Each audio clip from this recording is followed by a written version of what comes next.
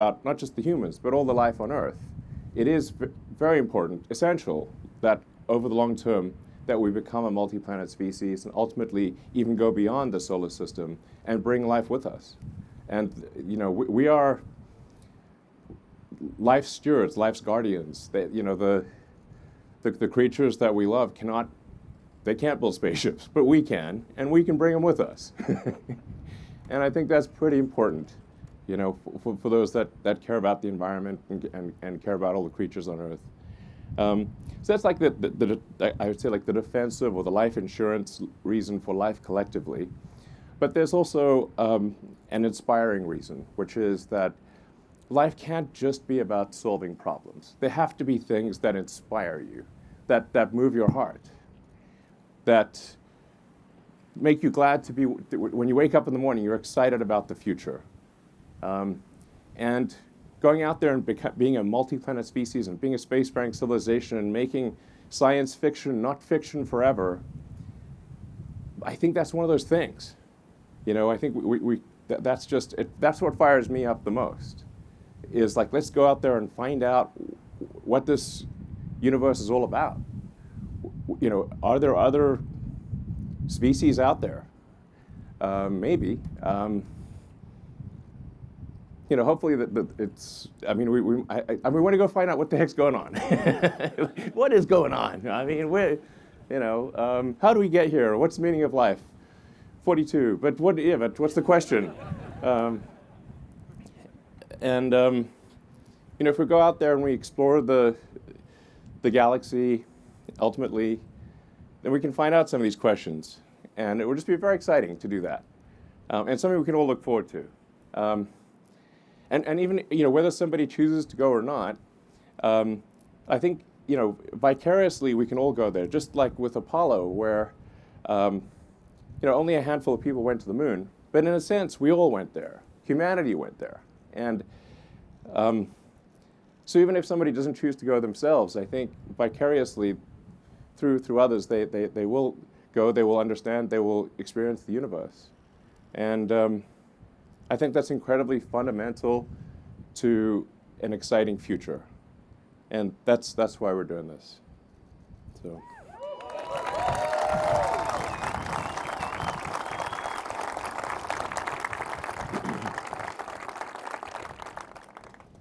And yeah. Now, one of the rebuttals we'll sometimes hear is like, sure, but what about all the problems on Earth? And I completely agree that the vast majority of resources should be dedicated to solving problems on Earth. Absolutely. I'd say like more than 99% of our resources should be oriented towards solving problems on Earth. So it's important to note that like NASA's annual budget is only 0.36% of the federal budget. And in fact, of the national GDP, it's less than 1/10 of a percentage point. So it's like we're only spending 0.1% of our resources on space. I think that's okay. We'll be fine. So just to make sure people don't think like, well, is he suggesting that we just spend everything on space? No, I'm suggesting like maybe 0.5% or something like that. We'll probably be okay. And I think given this establishing security for life itself and having an exciting future and inspiring kids about the future, I think it's worth it, basically. Yeah.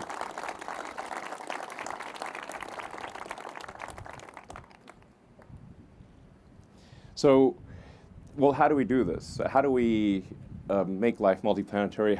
What's the first step?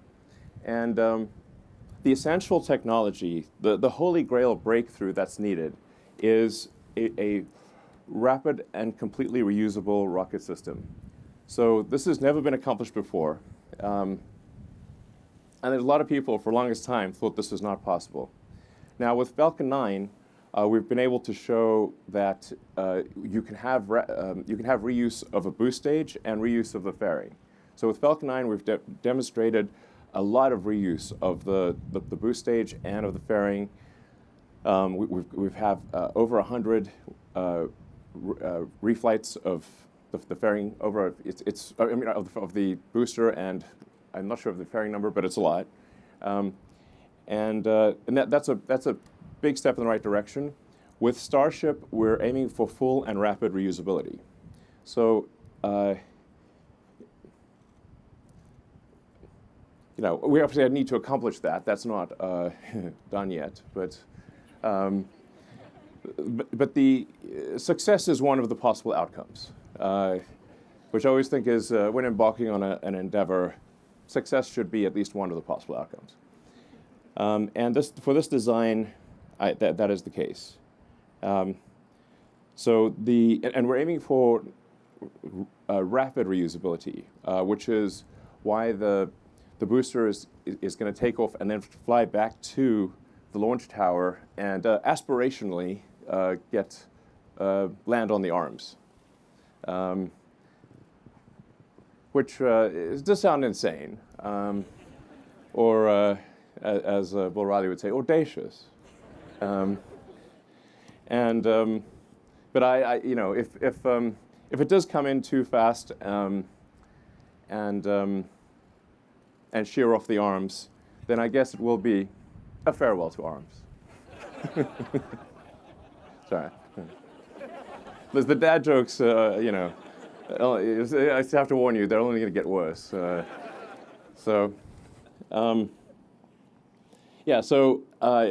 Here I'd really just like to congratulate the SpaceX team and also thank NASA, the FAA, the Space Force, and everyone, and all of our customers that have helped us get to this point.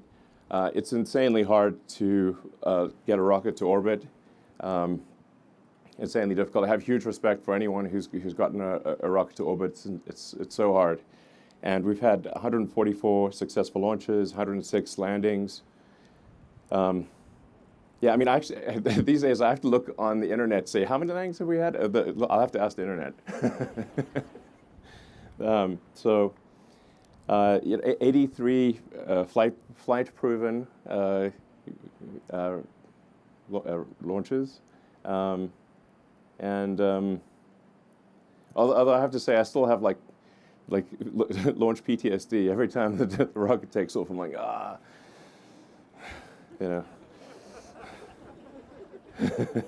I just see all the ways that it could fail. And then this year we're actually aiming to have around 50 launches, so it's about a launch per week on average. And so it's a hell of a year we got ahead of us. And in terms of mass to orbit, if you look at like tonnage to orbit, this bar chart that we'll show here really illustrates how profound a rapidly reusable rocket, especially a big one, is, what effect that has on total tonnage to orbit. So the total mass to orbit to date of Earth is around 15,000 tons, maybe 16,000 tons. The mass per Starship after a year, just 1 year of launching, if it launches 3 times a day, would be equal to all the mass to orbit of Earth to date. That's just one Starship launching 3 times a day for a year. Now, if you have,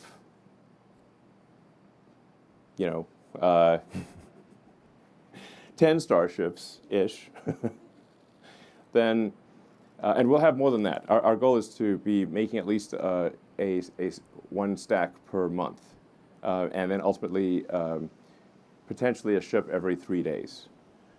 There'll be more ships than there are boosters because the booster actually, even though it's gigantic, will come back in about 6 minutes. Excitement guaranteed.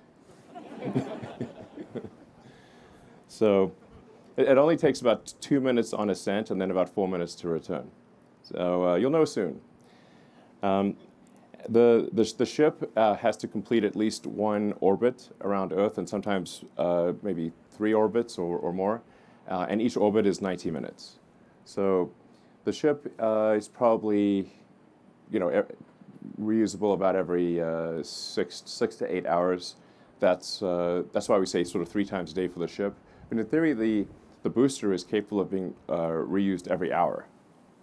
So the propellant pumps are designed to fill the rocket in about half an hour. So this really is designed for rapid reusability.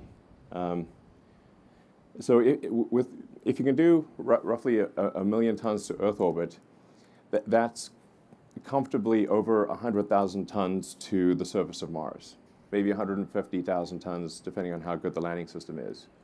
So now you can only go to Mars every 2 years. And I think maybe roughly you need about 1 million tons on Mars to have a self-sustaining city. But the critical threshold, I think, for Mars is to have a city that is self-sustaining.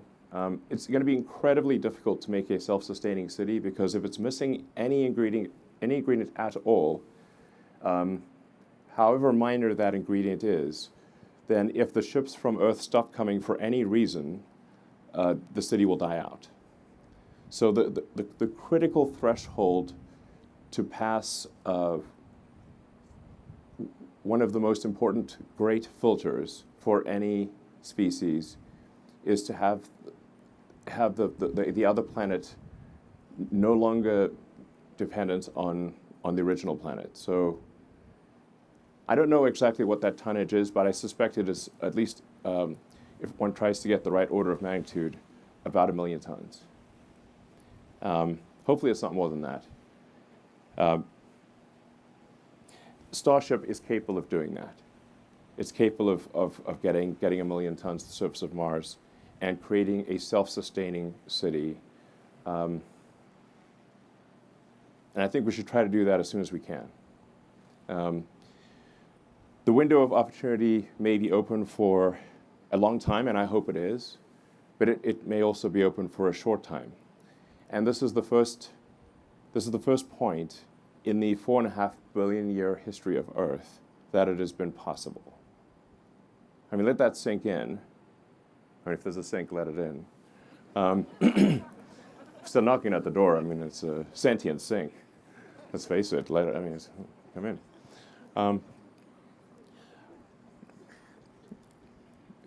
So, 4.5 billion years. It's been a while. This is the first time it's been possible. We need to seize the opportunity and do it as quickly as possible. I mean, to be frank, civilization is feeling a little fragile these days. And like I said, I'm an optimist, but I think we've got to protect the downside here and try to build that city on Mars as soon as possible and secure the future of life. And it's going to be an incredibly exciting adventure. Now, the sales pitch for going to Mars is that it's going to be cramped, dangerous, difficult, very hard work. You might die, and that's the sales pitch. I hope you like it.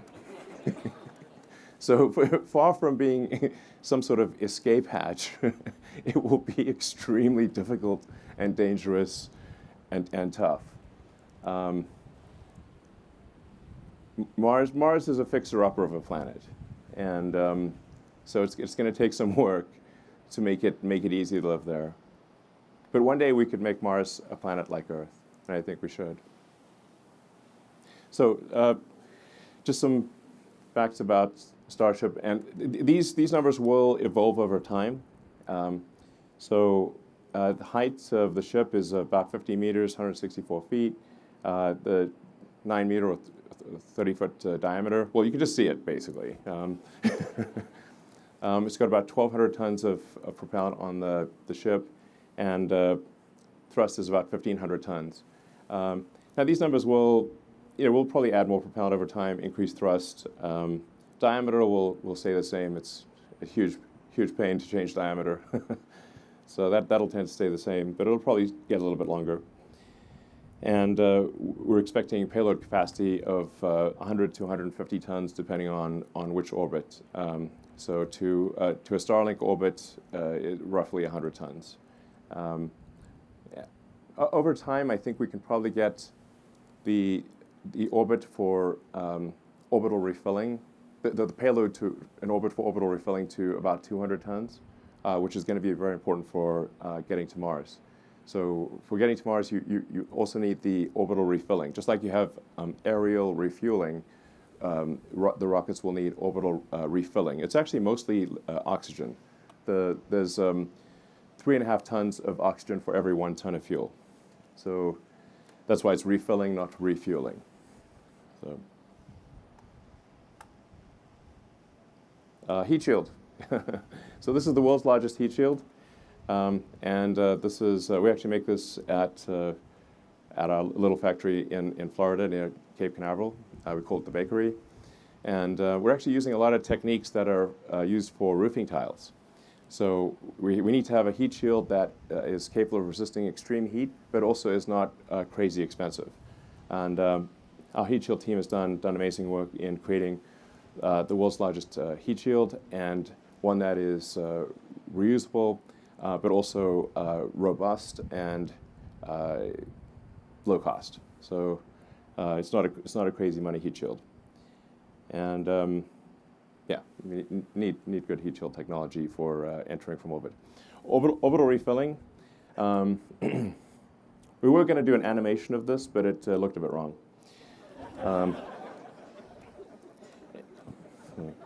It is a fluid transfer.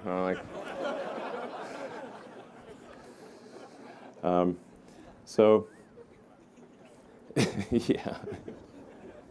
Play a little Barry White, you know. Okay.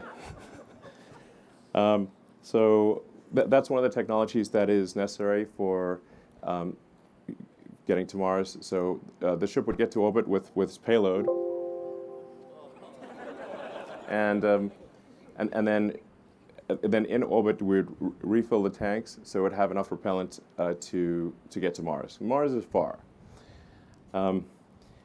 So now this is essentially docking in orbit, and with Dragon docking with the space station, this is a technology that that SpaceX has become quite good at. We've done, I think at this point, a couple dozen dockings with the space station, and it's actually way harder to dock with the space station than to dock with yourself. So this is, it is a thing we need to solve for Starship, but I'm confident that we can do this because we've done a lot of orbital docking already with Dragon. But this is going to be an important thing to demonstrate. What won't be necessary in the near term for Starlink launches, but it will be necessary for Mars and the Moon. So let's see, the super heavy booster. So it was 70 meters, but then there was an extra half barrel section that the team deleted, and totally accidentally it's 69 meters. It's also booster 4 and ship 20. I mean, this is a pure coincidence. Those numbers won't leave me alone. It's just, I hope it's good luck. So yeah, so propellant capacity is like around 3,400 tons. I think like I said, it'll probably it will increase over time. Probably get to 36, maybe 3,800 tons. Thrust is around 7,600 tons. That'll probably increase too over time. Just to put this into perspective, though, the Saturn V was 7.5 million pounds of thrust, and Starship is 17. So it's more than twice the thrust of a Saturn V, which was that's the largest rocket ever to get to orbit. It's worth noting Super Heavy is the largest flying object of any kind, or will be. It's yeah, very big. You can see it right there. That booster has 29 engines. The the next booster, we actually increased the engine count to 33. We've kind of bounced around on engine count, but because I think at one point we had like 37 engines, and then we went to 29. We finally settled on 33 engines, which is about actually the most number of engines you can actually fit under that booster without like expanding the diameter.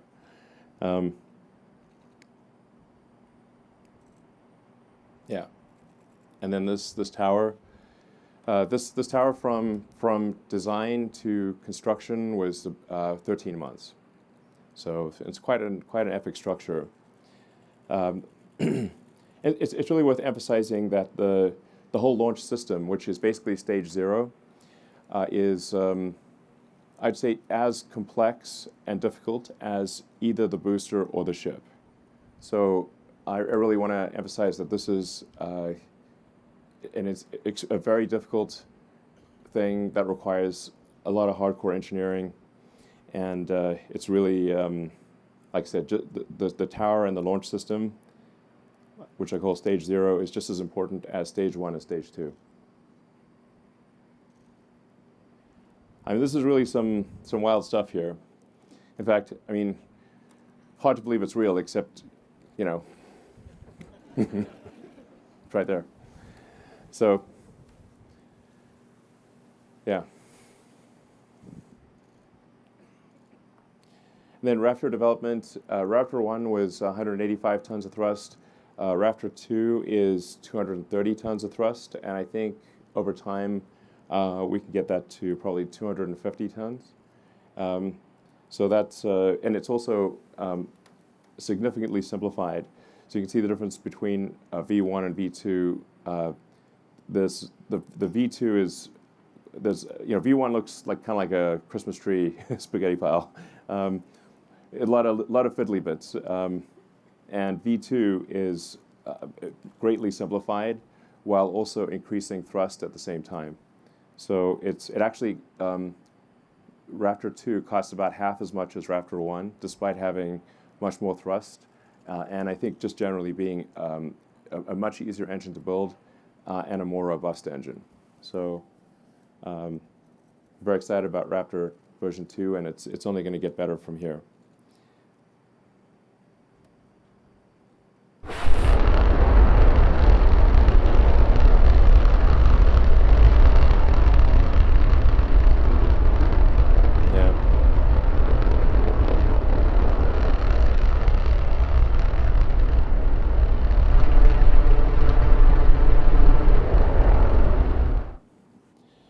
So yeah, so Raptor 2 is pretty sick, and we've actually the peak thrust that we've operated Raptor 2 at this point is 247 tons, and so I'm confident that with some improvements we can get to a 250 ton operating point, and continue to simplify and sort of robustify the engine. So it's really a spectacular piece of engineering. Extremely difficult to make and succeed. Engine has been mind-bogglingly difficult, but it is one of the essential keys to. I mean, it is essential, obviously, to making Starship work. It'll be the first full flow stage combustion engine to get to orbit.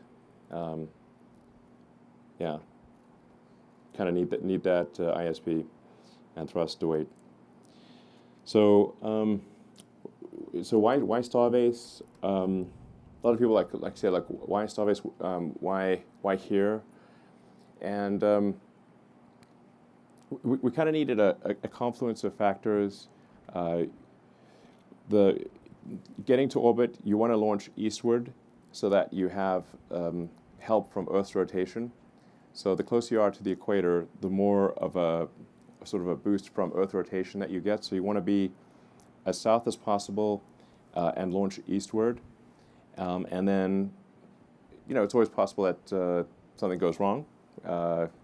And so you want to have a good clear area. You want several miles around the launch site to be unpopulated or at least clearable. And that doesn't actually leave a lot of options. It's basically here and Cape Canaveral or Cape Kennedy is where are the two possibilities. And then because we have had a lot of launches going out of the Cape, we didn't want to disrupt the Cape activity, the operational launches, with sort of the advanced R&D of Starship. So it was important to decouple the operational launches from the R&D launches, and that's why we're at this location. And once again, I'd just like to thank Cameron County and the Brownsville South Padre and the remaining residents of Boca Chica Village. Where I live, by the way, it's my primary residence is that little village over there. So, and it's been great. It's been great being here, and yeah, like super appreciate the support of the community. Yeah. Anyway, thank you.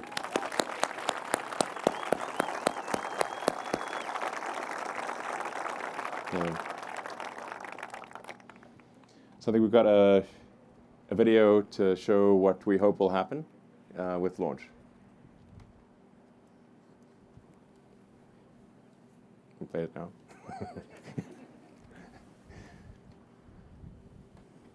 Oh wait, sorry. We have some upcoming Starship missions. Orbital flight is really just the beginning. So we're going to have a number of Starlink missions that will launch Starlink satellite version 2. But even more exciting than that is the NASA human spaceflight mission. We're incredibly honored that NASA has selected Starship to take astronauts back to the moon for the first time in half a century, which is kind of mind-blowing. So,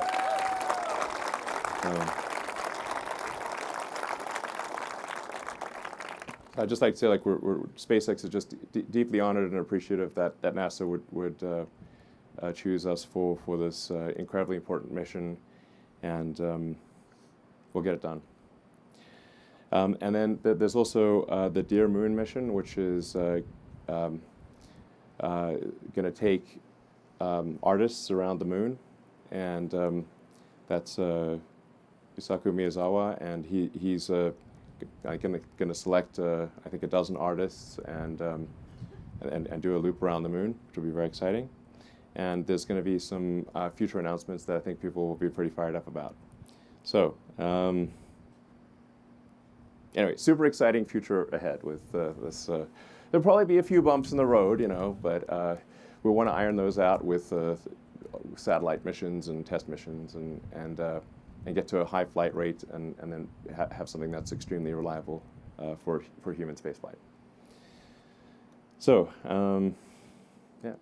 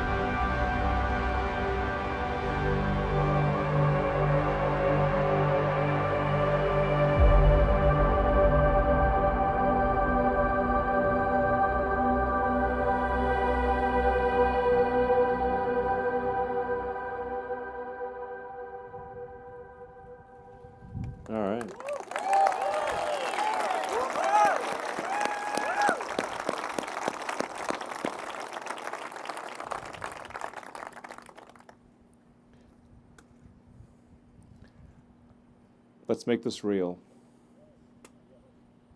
Any questions?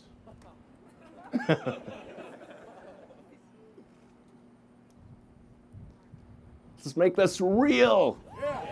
Cool.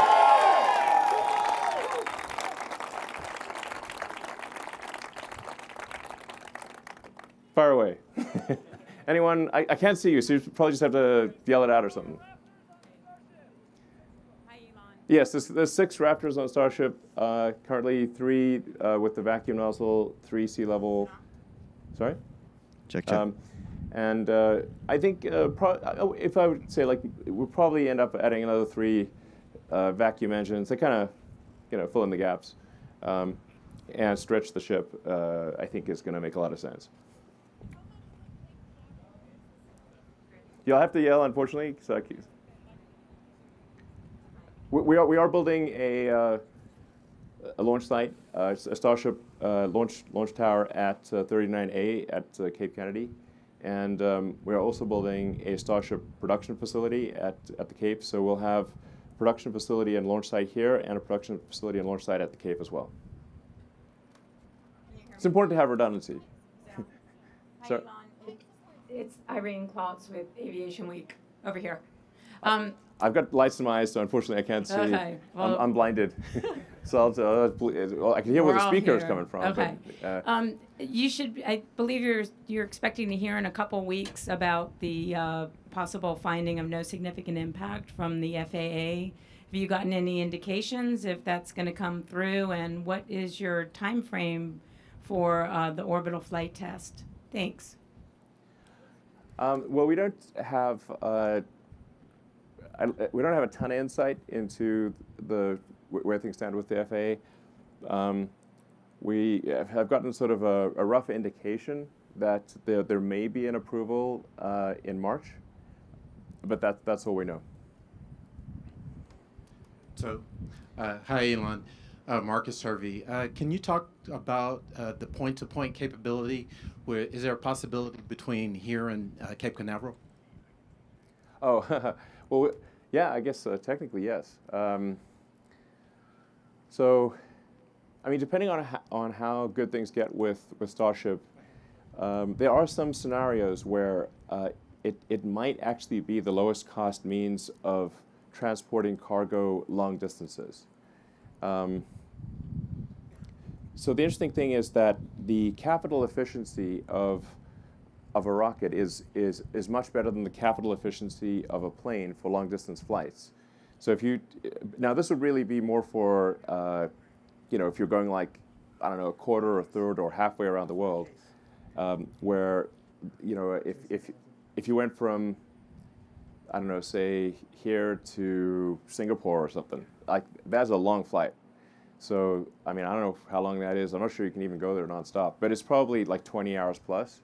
And but in a rocket, it would be less than an hour, so like 45 minutes or thereabouts. So that means you'd be able to use the rocket 20 times more often than an aircraft. So it's 20 times the capital efficiency. So provided the propellant cost is competitive with aircraft. And bear in mind, like I was saying, like there's 3.5 tons of liquid oxygen for every 1 ton of fuel. And liquid oxygen is basically just the cost of electricity. Because it's in the air, basically. There is a scenario where it's economically compelling to do long-distance cargo and people transport with Starship. That'd be very cool, and I think that'd be great for getting a high flight rate and a business case for supporting a lot of Starships operating. And basically, nothing's faster than an ICBM.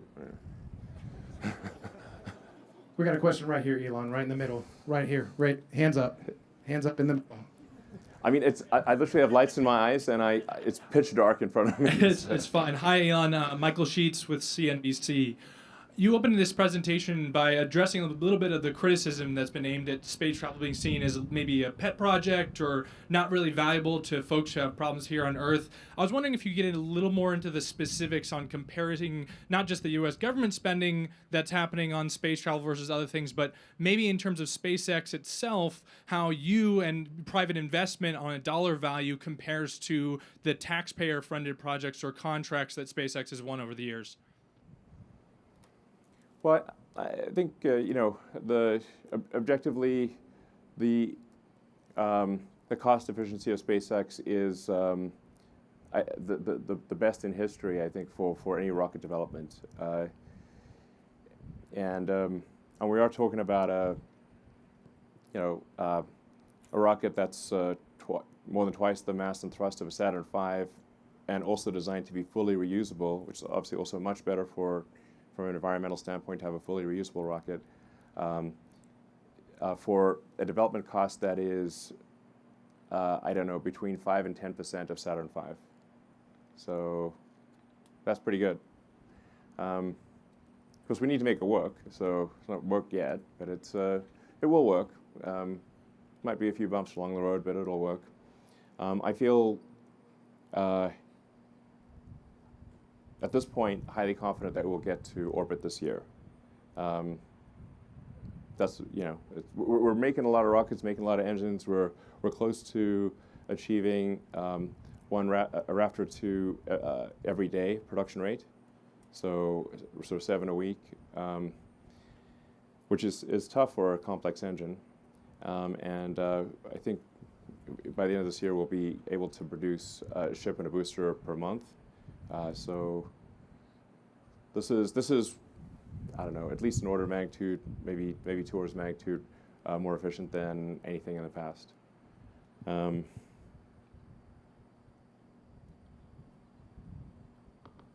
Yeah. So.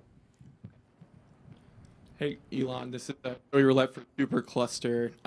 Just wondering, what does SpaceX's plan and timeline look like if the FAA ultimately decides to do a deeper environmental review of Starbase? And then one other thing, you might be able to give us an updated figure on what it costs to Starship and what it would cost a customer to buy a flight on one. Thanks. Yeah, I mean, I am optimistic that we will get approval. I think objectively, I think this is not something that will be harmful to the environment. We've obviously flown the ship several times and done multiple landings and takeoffs and landings, and we've fired the engines a lot. So I think the reality is that it would not have a significant impact. Now, of course, that doesn't mean things don't get delayed from a regulatory standpoint. And we are in a litigious society, and so there's always sort of lawsuits from someone, lawsuit city. Now we do have the alternative of the Cape, and we actually applied for environmental approval for launch from the Cape a few years ago and received it. So we actually are approved from an environmental standpoint to launch from 39A. So I guess our worst case scenario is that we would, I don't know, be delayed for 6 to 8 months to build up the Cape launch tower and launch from there. From a cost standpoint, the costs will improve significantly over time. So because it'll take us a moment to achieve full reusability and full and rapid reusability, we'll probably lose a few vehicles along the way. With Falcon 9, I think it took us 14 or 15 attempts to successfully land the first booster. I don't think it'll take us that many with Starship because we have that experience. But it's certainly not a sure thing that it'll work the first time.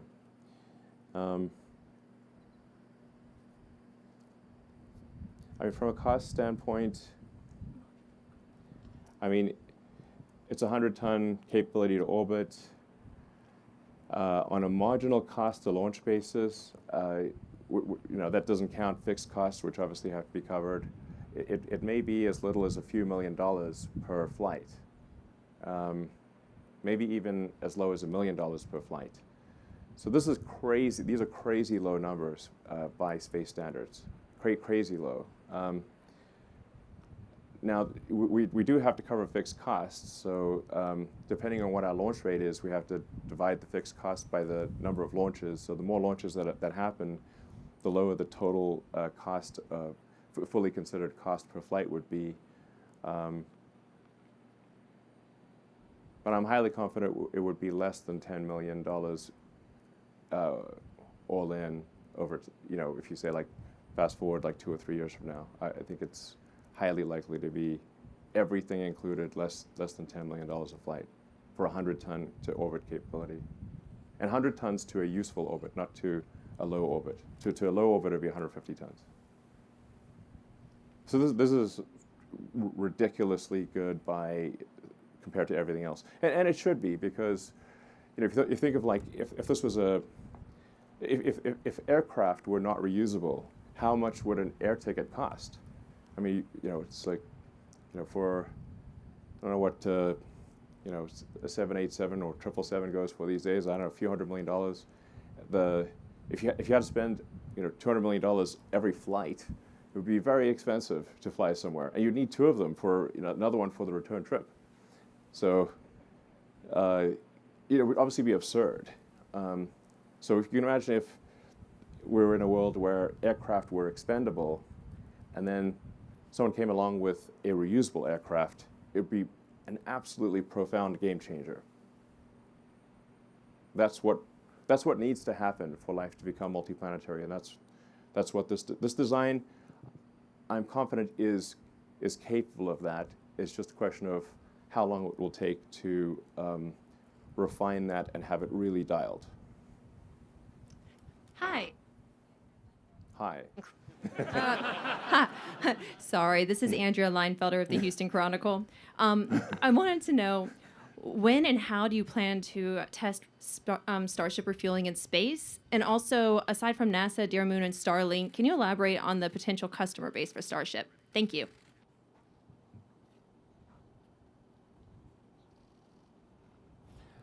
I apologize. I zoned out for a second. I was just thinking about something. Could you say that question again? Sorry. When and We have some mic issues. okay. When and how do you plan to test Starship refueling in space? Yeah. And aside from NASA, Dear Moon, and Starlink, can you elaborate on potential customers for Starship? Thank you. I think orbital refilling, and I want to emphasize it is refilling, not refueling, because it's 3.5 times as much oxygen than fuel. So we mostly are carrying oxygen up there. I optimistically, towards the end of next year, I think I'd be surprised if it's longer than 2 years for doing the refilling. And there are a lot of additional customers that will want to use Starship. I don't want to steal their thunder. They're going to make their announcements, and but I think this will get a lot of use, a lot of attention. It's like I said, once we make this work, it's an utterly profound breakthrough in access to orbit. And when you have an utterly profound breakthrough, the use cases will be hard to imagine. I mean, when aircraft first came along, aircraft were viewed as toys, like they were like a novelty, not a means of transport. They were like, oh look, we can fly like a bird briefly and dangerously for a few minutes. Nobody at the time, or at least I think very few people at the time, thought that there would be a global aircraft industry with airports throughout the world carrying people to every part of Earth in ridiculously short periods of time. You know, when the Wright brothers first took off, I mean, most people were just riding horses. So you're like, oh, you know, like riding a horse, see this crazy device, looks like witchcraft. They would not have imagined that there would be aircraft flying, you know, tens of thousands of aircraft flying to every corner of the world.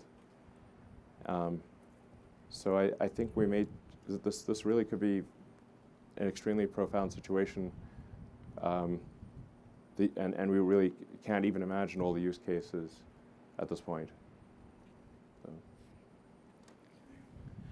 Hi, Elon. This is Steve Clark with the Brownsville Herald. Thank you for the presentation. You're welcome. So if the FAA does come back and say we need an EIS, does Starbase bounce back from that at some point? Yeah, I mean, it would obviously set us back for quite some time because an EIS takes a lot longer than an EA. So we would have to shift our priorities to Cape Kennedy. Okay, and long term, what do you envision for Starbase? Like a spaceport with flights coming and going and Starship manufacturing, or what is the future role of Starbase? The future role of Starbase, I think, it's well suited to be kind of like our advanced R&D location. So it's like where we would try out new designs and new versions of the rocket, and then I think probably Cape Kennedy would be our sort of main operational launch site, and then. I don't know, over time, I think there's going to be, we'll have floating spaceports, like ocean spaceports. We got these 2 converted oil rigs that are going to be turned into orbital launch sites. And they can be moved around the world. So, you know, I think there could be quite a few of those. You know, I think about like, if I think about like, what would really work for long distance travel. Because the rocket is quite loud, you want to be, you know, I don't know, 20 miles away from a major city or 30 miles away from a major city, just so you don't, you know, you're not,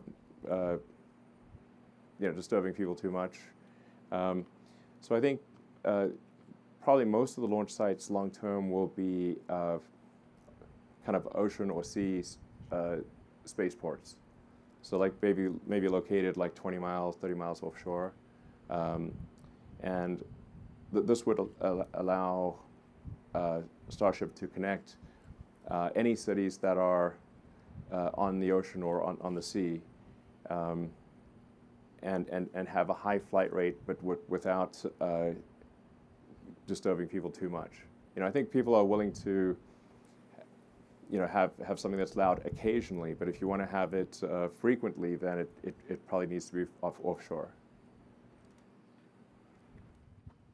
Hello, Elon. I'm Cam Gerlach with the SpaceX Reddit community. So you've talked a lot about how Raptor 2 is crucially important for Starship development and for the future of Starship. So I'm curious, what general improvements have you made with Raptor 2 to ensure it's not only more efficient and more powerful, but also much easier to produce and less expensive as well and faster? And how do you plan to continue to iterate further on the design in the future? So, Raptor 2 is an almost complete redesign relative to Raptor 1. So basically everything from the turbomachinery to the chamber nozzle, the electronics, basically everything's been redesigned. You can see the difference over there, the Raptor 1 versus Raptor 2. You know, a lot of the changes were deleting things. We deleted a lot, consolidated a lot. The rotating machinery, especially the inducers of the turbo pumps, are a lot more robust.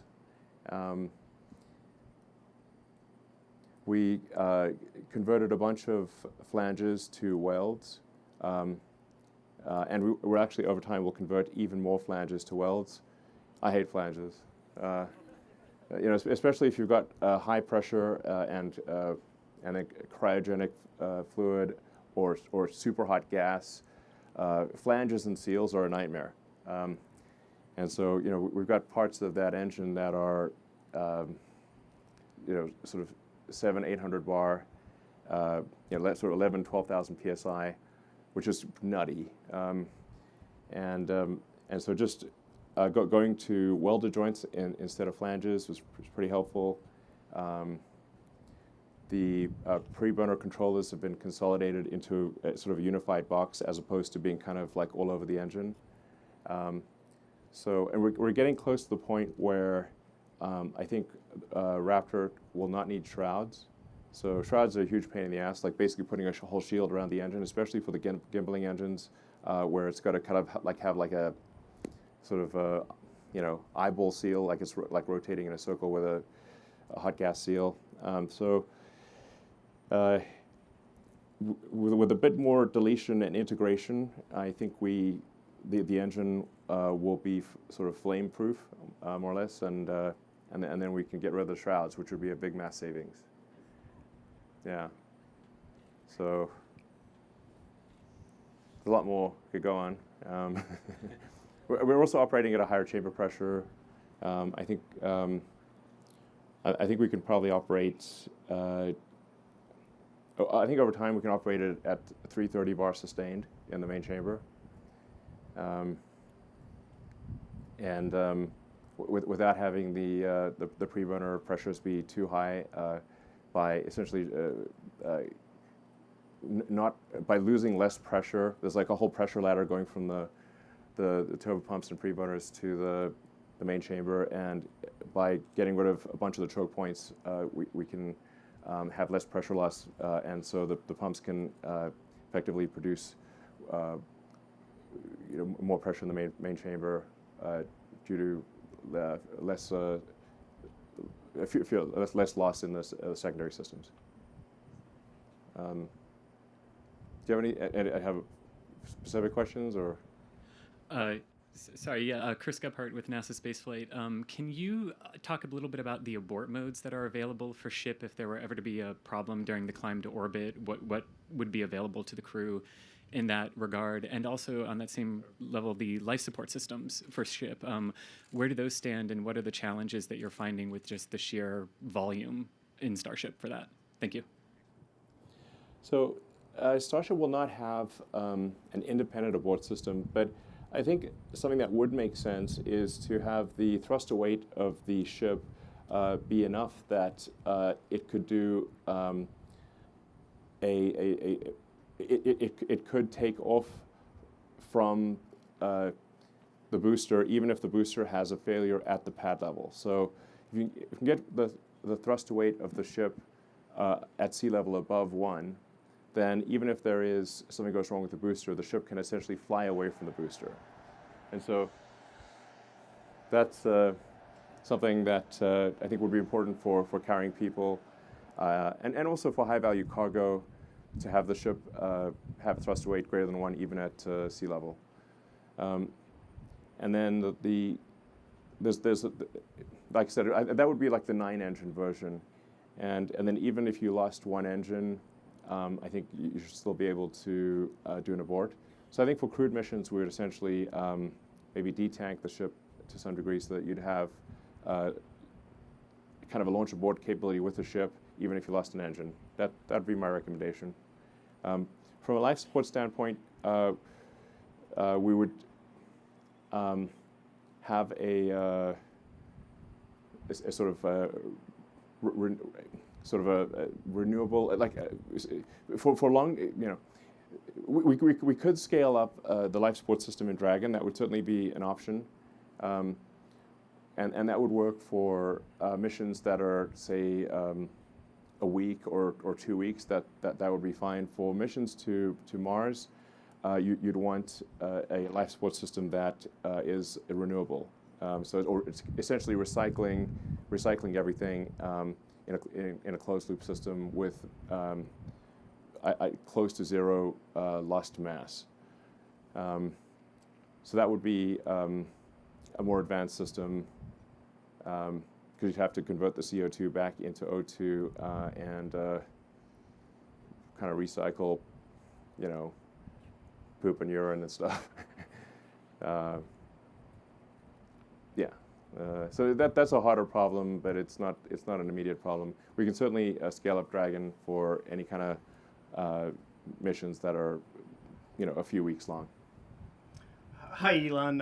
Eric Berger with Ars Technica. Thanks for taking some questions.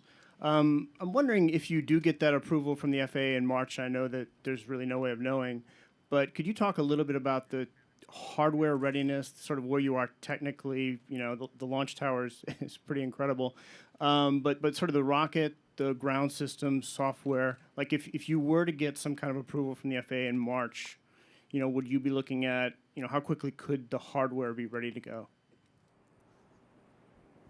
Yeah, I think we're close to having the hardware ready to go. So right now, I think we're tracking to have the regulatory approval and hardware readiness around the same time. Yeah, so yeah, around the same. Hopefully, basically a couple months for both.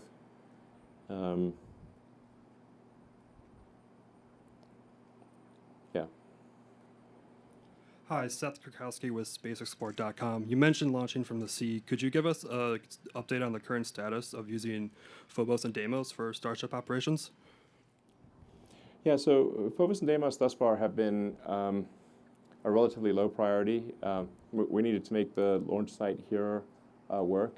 This has been quite a difficult endeavor. So we deprioritized the Phobos and Deimos, and just last month we started to. We're going to take one of them and build at least a catch tower on it. So, and ultimately we will. Ultimately meaning later this year, build a full launch capability on one of the platforms. So I think hopefully by the end of this year we will have a launch capability at Cape Kennedy at 39A and on one of the ocean platforms as well.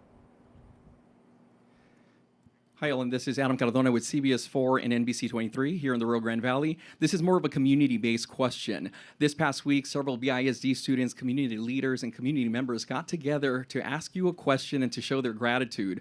Not sure if you got that message yet, but they were saying thank you, Elon, and they wanted to know if you would be able to attend their Charros Days festivities here in Brownsville. So on behalf of them, will you be attending Charros Days? It sounds like fun. So when is it?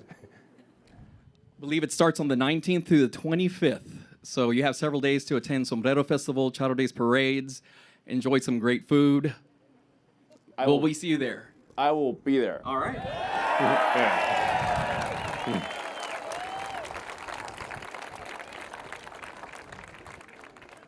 That's going to be hard to follow up. Hey, Elon.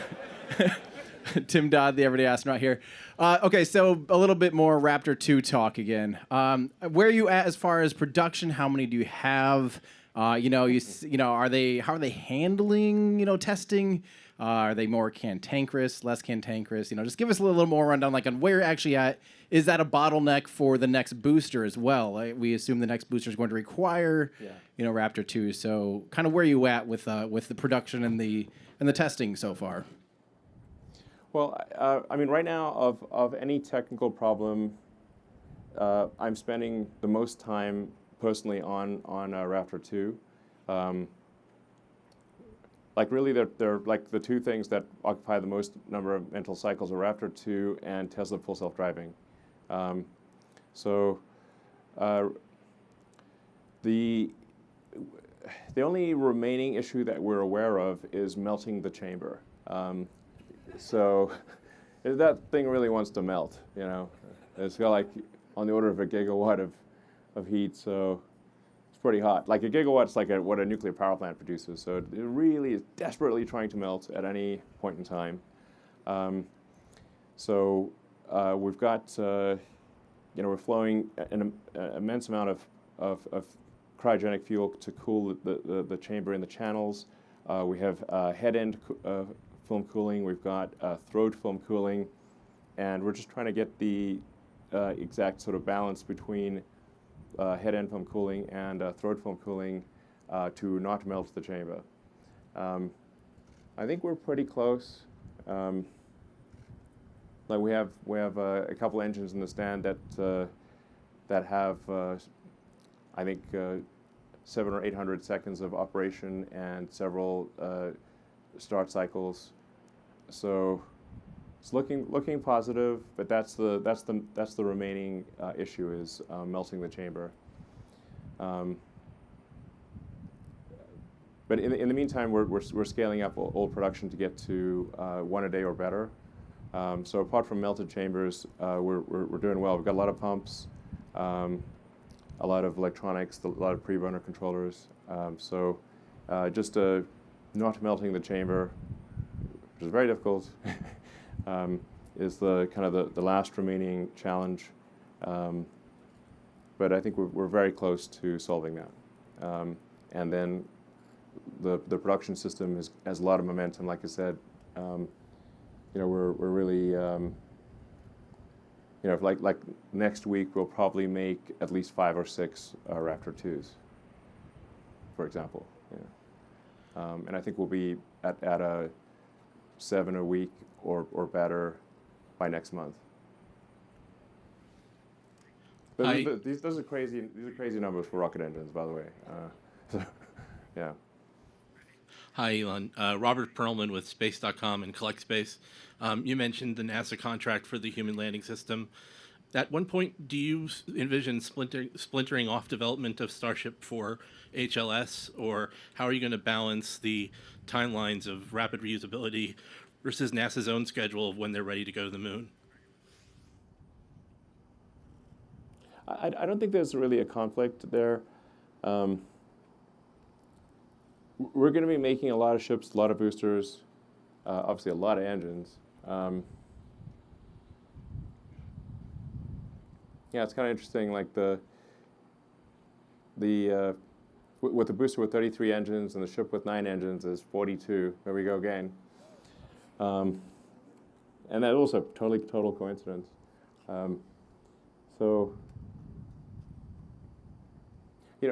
Adding legs to land on the moon, we do not think is like that can be done pretty quickly. I don't really see any conflict between achieving rapid reusability and getting to the moon.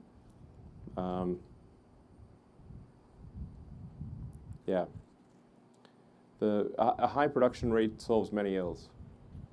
So we're aiming for a high production rate.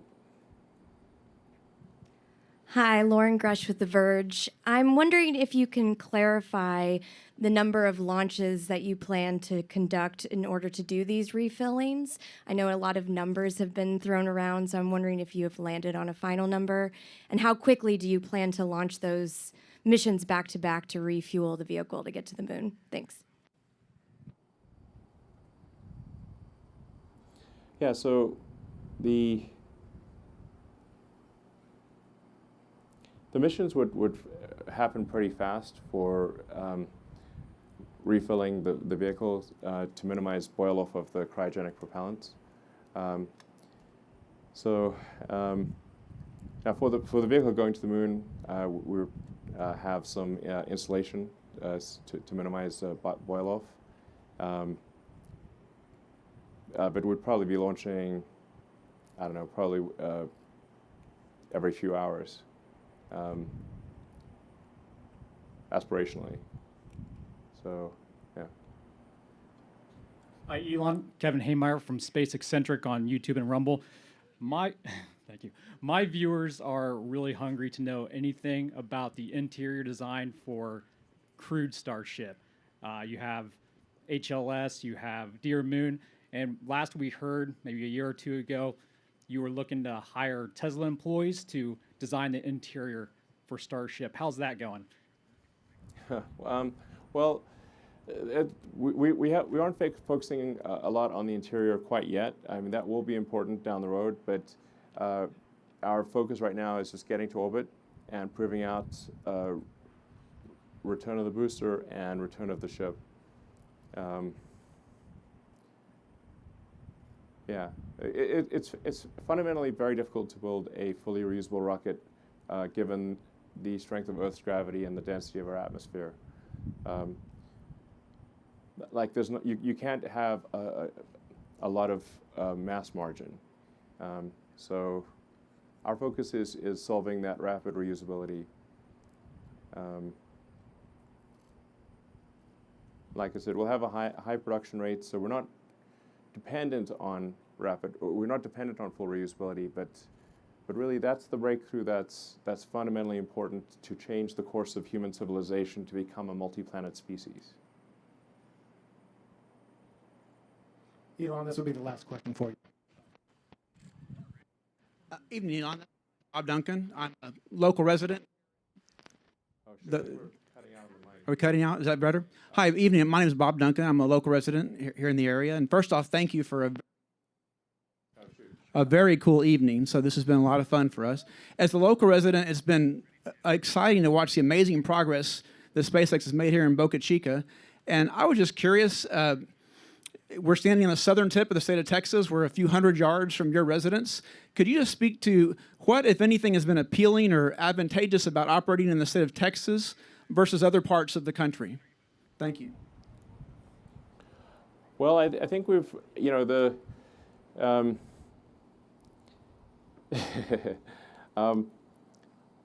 well, I mean, we've had a lot of support from the community, and something that just happens over time with societies is that kind of rules and regulations build up, and they build up, more in some places than others, and they didn't, I think Texas has the right amount of rules and regulations. Yeah.